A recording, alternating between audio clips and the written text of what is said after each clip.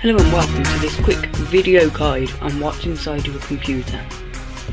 Today I'm going to be covering all the basics. I won't be touching the computer much today. Number one, because I don't have an anti-static wristband to hand, plus I'm on carpet, as you can probably see. Move the camera. Yep. And also, I just turned this off, so it's going to be quite hot. The first thing I'm going to tell you is straight away, you can see the motherboard. The motherboard is the main bit that connects everything together on your PC. Every PC has one, even laptops, gaming consoles, everything. There's my lens cap anyway. Okay, so you can see there's the motherboard, the blue thing, just there. Motherboard. It goes across the whole width of the computer, really. My motherboard is a little small compared to the case size, but it's the biggest you can fit in here. A micro ATX is the biggest this case accepts, even though its physical size would allow for an ATX board. Okay, next thing. This is where the CPU is. I've got a stock cooler on here because I've just got a cheap Celeron processor in here. It's basic. All it does is spin around and cool your CPU, which is the hottest component in your computer. And if you were to take this off, I'm not going to today, you'd see the CPU, and on top of the CPU there's a layer called the thermal paste. The thermal paste dissipates the heat before the heat reaches the fan to be extracted and vacuumed out. Okay, next, the RAM. You've probably heard a lot about RAM if you're interested in computers, but it's something that not many people are 100% sure about, even though there's so much coverage about RAM. I'm just going to lift my camera up for a second. It will take a while because I'm on a tripod. And let's move just round here so you've got a better view of the RAM.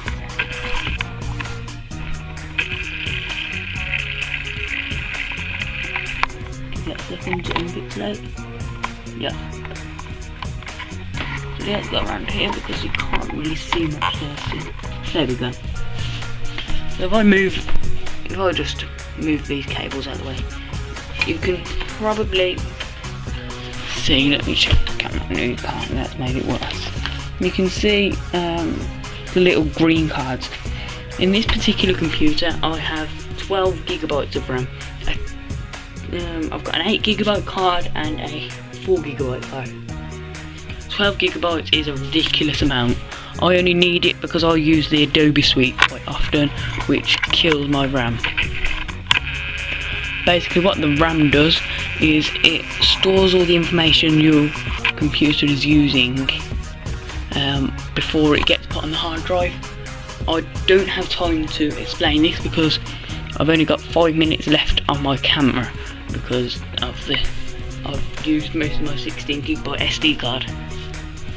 Okay, next we'll go for the hard drive.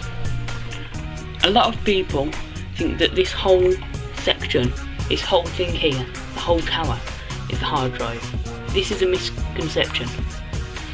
The hard drive is just what stores your information. A lot of computers don't have hard drives and instead they have SSDs. Sorry, not a lot, but some do. It's quite a new technology and it is rapidly growing. SSDs are a lot faster than hard drives because they are just storage without a spinning disk. Inside this hard drive there's a spinning platter and it works a bit like an old cassette. You can read more about hard drives just by a quick Google search, and you can actually see one spinning up, which is where the disc is spinning, on YouTube if you have a look.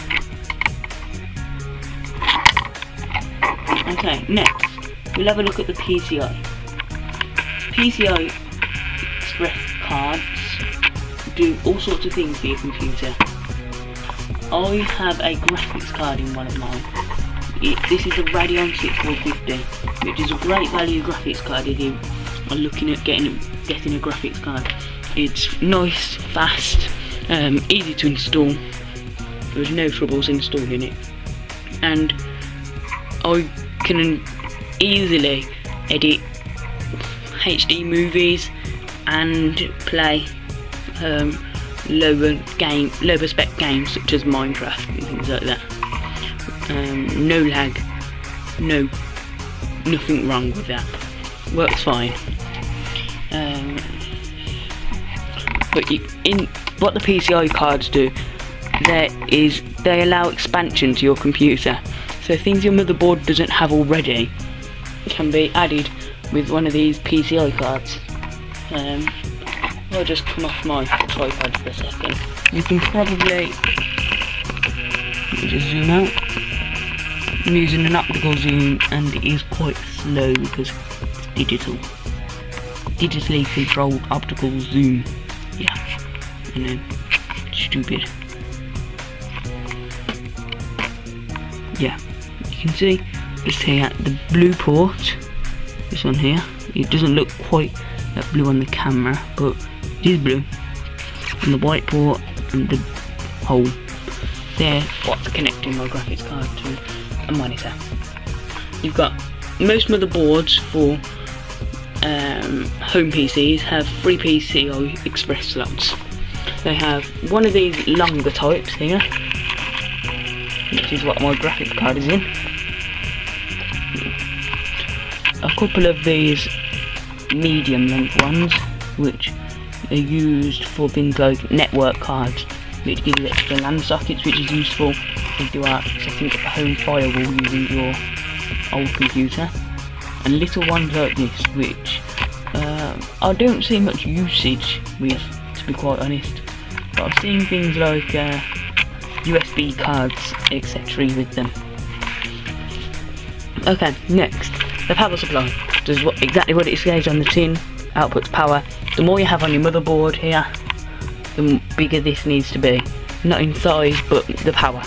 This one is only a 300 watt, but then look at my PC, there's not much to it really. The processor isn't the high spec. When I get my i5, which I'm planning on buying soon, I will have to get a new power supply. This is the power supply. Big heavy thing, never take one of these apart, you can die even if it's unplugged. Last, very quickly, DVD drive connects to the same connections as the hard drive. You know what DVD drive lets you play discs on your computer. If you've got any questions, oh yeah, and this is the CMOS battery. When your computer turns off, it has to keep the time, etc. somewhere, so this is where it gets kept on the CMOS. That little tiny battery there powers the CMOS. If you've got any questions, leave it in the comments. There will also be a text and image counterpart to this on the Instructables.com website. If you are just here through YouTube, I will put the link in the description. Thanks for watching. Comment, rate, subscribe. All your views are welcome. And I'll be making more videos like this in the future, hopefully. Thanks for watching. Comment, rate, subscribe and check out my other videos on my channel.